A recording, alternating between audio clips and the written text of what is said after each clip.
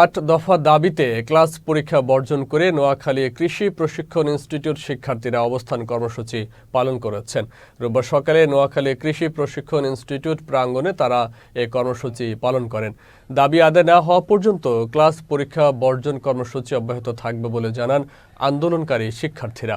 কৃষি ডিপ্লোমা ছাত্র অধিকার আন্দোলনের কেন্দ্রীয় কার্যনির্বাহী সদস্য রায়হান উদ্দিন শামীম জানান, সারা দেশের কৃষি ডিপ্লোমা শিক্ষার্থীরা বিভিন্নভাবে তাদের ন্যায্য অধিকার, উচ্চশিক্ষা সহ বিভিন্ন বিষয়ে বঞ্চিত হয়ে আসছে। তার প্রেক্ষিতে কৃষি ডিপ্লোমা শিক্ষার্থীরা নিজেদের ৮ দফা দাবি চূড়ান্ত করে সংশ্লিষ্ট মন্ত্রণালয়ে স্মারকলিপি প্রদান করে। কর্মসূচিতে নোয়াখালী এটিআই ক্যাম্পাসের রায়হান খান ও প্রতিনিধি আব্দুল হান্নান হৃদয় সহ ৫ শতাধিক সাধারণ শিক্ষার্থী উপস্থিত ছিলেন।